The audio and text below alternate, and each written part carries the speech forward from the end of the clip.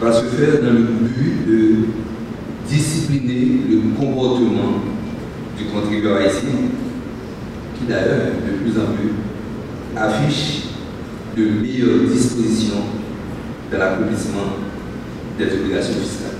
Et je remercie les représentants de la classe des affaires d'avoir fait le déplacement pour nous assister aujourd'hui. La performance de la DGI, disait, qui a été affichée, est inscrite au crédit des hommes et des femmes qui bravent tous les dangers pour se tenir fermes à leur poste dans le but de réaliser le travail de perception et d'assurer la prestation de services aux contribuables. Mesdames, Messieurs, loin de se reposer sur ses lauriers, l'administration fiscale est consciente des urgences du moment, des regards rivés sur l'avenir, à l'approche de son centenaire le 6 juin 2024. À l'orée de nouveaux centenaires, l'administration fiscale se veut moderne, responsable et agile, transparent et redevable, et par-dessus tout, plus proche du contribuable par la numérisation ou la dématérialisation de ces services.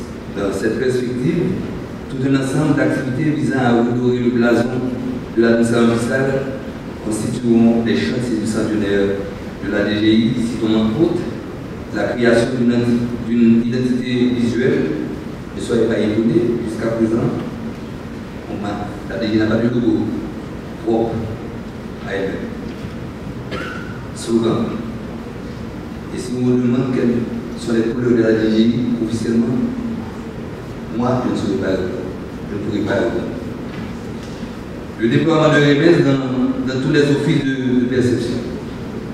La construction et ou la rénovation des bâtiments standardisés, logeant les bureaux de la DGI. La dématérialisation avec les téléprocédures, déclarations et paiements en ligne. La campagne de promotion du service fiscal dans les écoles, les universités, les associations professionnelles, socio-professionnelles. La DGI doit devenir une administration ouverte, c'est-à-dire transparente, accessible et réceptive. Comme dirait Kernagan, une entité créative, soucieuse de réagir rapidement et animée de nouveaux sens de responsabilité en appliquant pour réaliser cet idéal des stratégies suivantes, un engagement à respecter les valeurs, le service au public, l'habilitation des employés et le leadership partagé, une mission de service public. Mesdames et Messieurs, la DGI n'aurait pu célébrer ce 99e anniversaire de sa création sans le soutien indéfectible du ministre de l'Économie et des Finances qui a rendu possible la présente cérémonie. Par mon organe, la DGI et ses employés lui adressent ses plus vifs remerciements. Pourquoi ne pas le dire?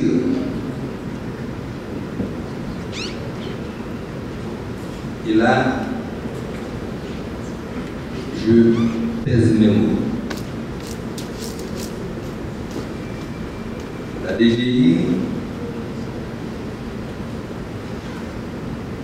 dans son mode de fonctionnement actuel, Monsieur le Premier ministre, Monsieur le ministre de l'Économie et des Finances, nous sommes en présence des plus hautes autorités fiscales du pays. Pas une seule fois. S'il est vrai que pour mon ministre, il faut faire davantage, il faut travailler dur et même ne pas dormir la nuit, mais pas une seule fois. Les autorités fiscales, les plus hautes autorités fiscales de ce pays, pas une seule fois, n'a appelé le directeur général de la DGI qui lui demandait de mettre la loi à côté et d'exercer son pouvoir discrétionnaire. C'est un virage important dans la vie de cette institution. Et tant mieux que ce virage nous trouve aujourd'hui à la tête de cette administration sous votre leadership pour entrer dans un autre centenaire. Et ce sera pour la satisfaction du Trésor. Nous remercions également à toute l'équipe d'hommes et de femmes qui ont pris part avec dévouement aux préparatifs permettant la tenue de cet événement. Au nom de la direction générale des impôts, nous leur disons merci. À vous aussi, chers invités, nous exprimons toute notre gratitude. Nous apprécions énormément votre présence à cette célébration. Déjà, prenons rendez-vous pour l'année prochaine, à la même date, dans le but de célébrer le centenaire de notre très chère administration fiscale de la DG. Puisse Dieu nous garder en vie. Heureux 99e anniversaire à vous tous et à vous toutes. En route pour le centenaire. Merci.